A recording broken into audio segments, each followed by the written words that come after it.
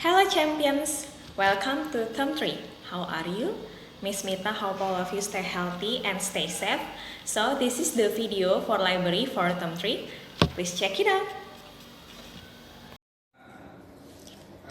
Okay champions, for today Miss Mita have a new story ebook for you. This here. Digger's Terry Pratchett, the marvelously witty sequel to Trackers. Diggers by Terry Pratchett, Book 2 of the Bromeliad in the Beginning. Alfred Bros is 1905 created the store. At least that was the belief of thousands of gnomes who for many generations had lived under the floorboards of Arnold Bros. Is 1905, an old and respected department store in the middle of the city. Gnome generation, that is, gnomes live the 10 times faster than humans.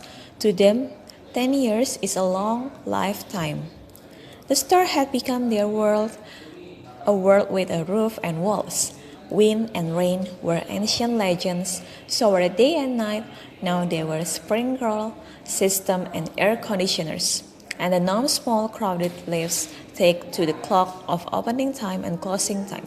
The season of their year were January sales, spring into spring fashions, summer bargains, and Christmas fair. Led by the abbot and priesthood of the stationer, they worship in a polite, easygoing sort of way so as not to upset him, Arnold Bros, who they believe had created everything, the store and all the contents, hand. Some families of gnomes had grown rich and powerful and took the names more or less of the store departments they lived under.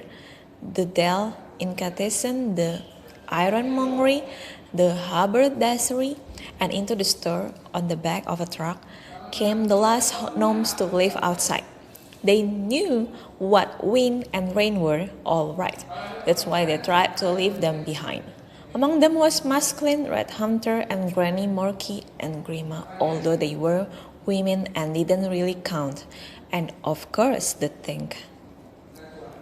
No one quite understood the thing Masklin's people had handed it down for centuries. It was very important, that was all they knew. When it came near the electricity in the store, it was able to talk. It said it was a thinking machine from a ship which thousands of years before had brought the gnomes for a far store or possibly star. It also said it could hear electricity talk, and one of the things the electricity was saying was that the store would be demolished in 3 weeks. It was Masklin who suggested that the gnomes leave the store on a truck. He found oddly enough that actually working out how you could drive a giant truck was the easiest part. The hardest part was getting people to believe that they could do it. He wasn't the leader. He'd have liked to be a leader. A leader could stick his chin out and do brave things. What Masklin had to do was argue and persuade and sometimes lie very slightly. He found it was often easier to get people to do things if you let them think it was their idea. Ideas. That was tricky bit, all right. And there were lots of ideas that they needed.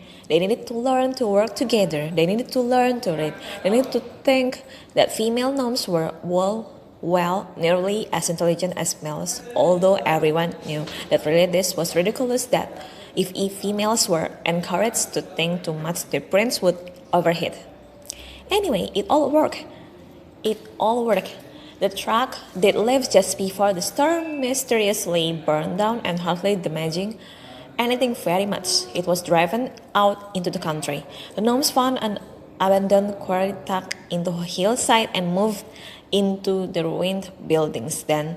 And then they knew everything was going to be all right. They'd heard a bright new dawn, whatever that was. Most gnomes had never seen a dawn, bright or otherwise, and if they had, they would have known that the trouble with bright new dawns is that they are usually followed by cloudy days with scattered showers.